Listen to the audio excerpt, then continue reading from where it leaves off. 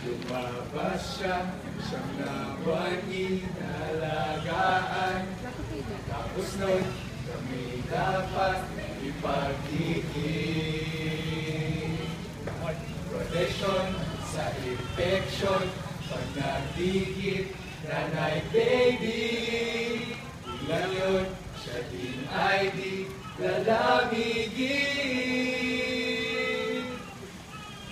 Tapos si Mary maghahanap ng gatas sa ina. Biglang naalala sinabi ng doktor na dapat mo gawin. Ang iyong baby, ipadede-dede, gatas din na iumin. Sa 6 na buwan, kahit yun lang inumin, okay na.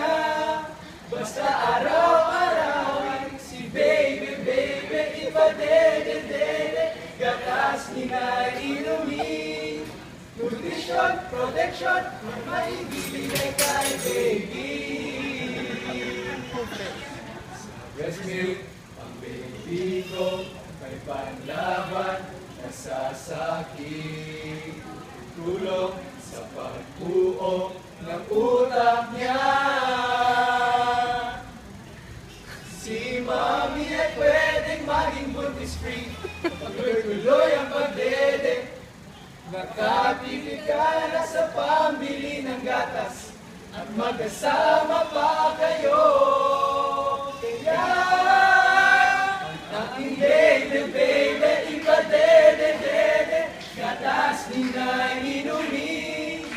Mahirap simulan, kailangan talagang pagtyagaan. Sulit naman ang hirap, si baby, ipadede-dede, gatas din na inumin.